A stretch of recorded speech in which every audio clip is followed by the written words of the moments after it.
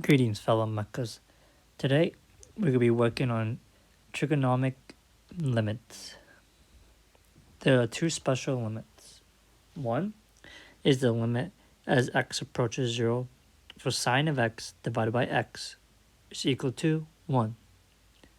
The second special limit is the limit x approaches 0 of cosine of x minus 1 divided by x is equal to 0. Now, we may be using these limits in the following problem. The problem. Evaluate the following limits. The limit x approaches 0 for sine 4x divided by x. And in part B, the limit x approaches 0 for sine 3x divided by sine 5x. Now pause this video, take a few minutes, and solve this problem.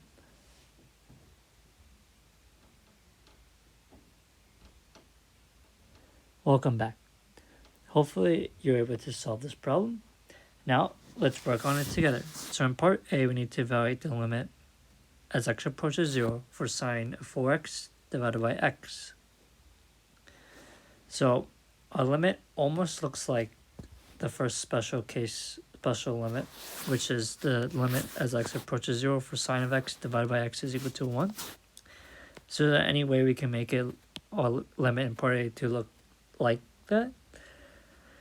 Well, we can multiply our numerator and denominator by 4. So if we do that, we'll get the limit x approaches 0 for 4 sine 4x divided by 4x.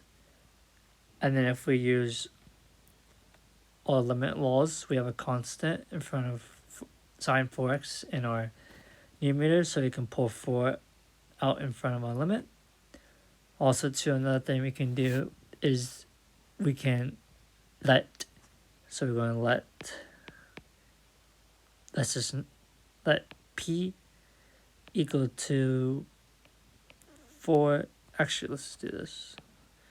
Let u equal to 4x, and it's basically what this says is as u approaches 0, same thing as x approaching 0. So this will be rewritten as 4 limit u approaches 0 for sine of u divided by u. And what does that look like?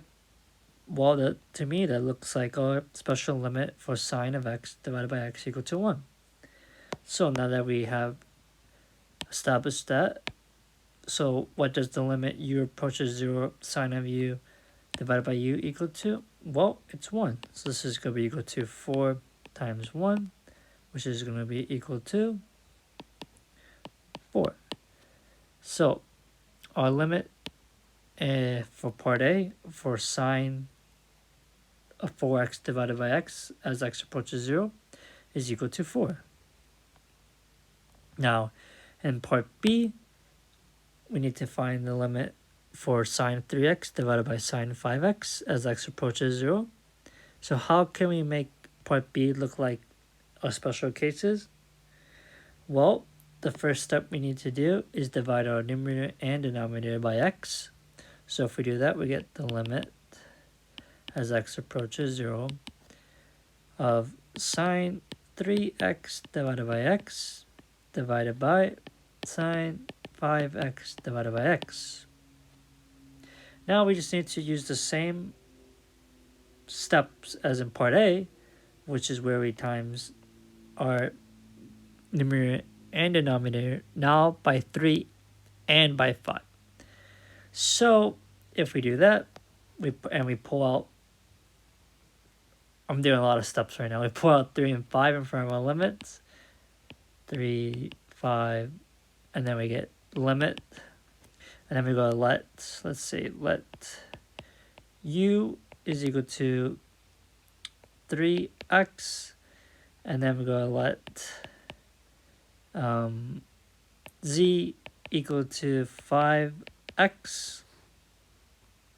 It's just, so the limit as u approaches 0 is going to be sine of u divided by u, and then we divide this by the limit as z approaches 0 of sine of z divided by z. Let's rewrite this, 3/5. And this is going to be equal to, well, the limit of u approaches 0 of sine u divided by u is equal to 1. And the limit of z approaches 0 of sine of z divided by z is also equal to 1.